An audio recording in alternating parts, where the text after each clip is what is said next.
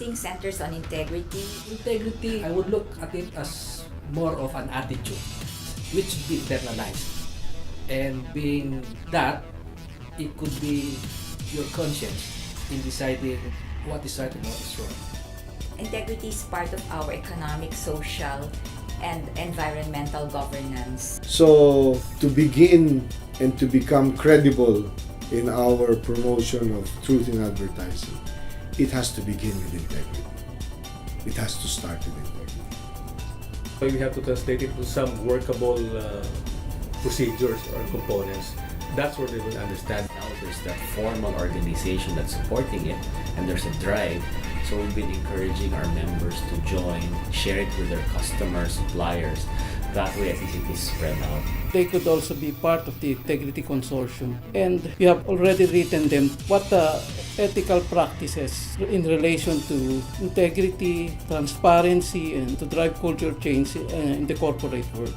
So what we hope to do is what we learn now in what we're doing, we hope to be able to pass it on to other organizations so that they too can extend it to their own communities where they operate. Integrity Initiative actually fits to a T when it comes to driving excellence and integrity. I think the Integrity Initiative is important because what we want to do is we want to change the expectations of people.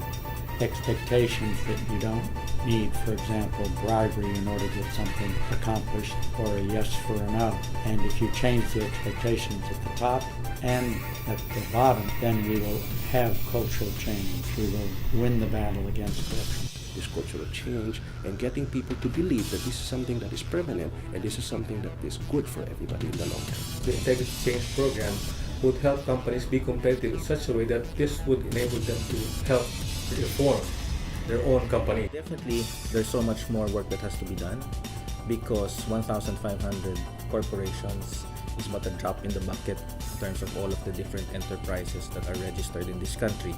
So here my call is to say, we need the numbers. We absolutely need to have companies to register. If we want to make a difference for a long-term difference and change this the corruption attitude that used to be. We actually believe that fraud and corruption undermines the basic or the effective delivery of resources to the people. It also affects the financial health of the organization, and by saying that it is so vital in the progress of the economy. Getting back to the idea of transforming an organization, as you change the very belief system in the company, then the whole sort of organization changes. It all starts with the belief, belief that you are actually knowing that you're doing the right thing, ethically, with integrity.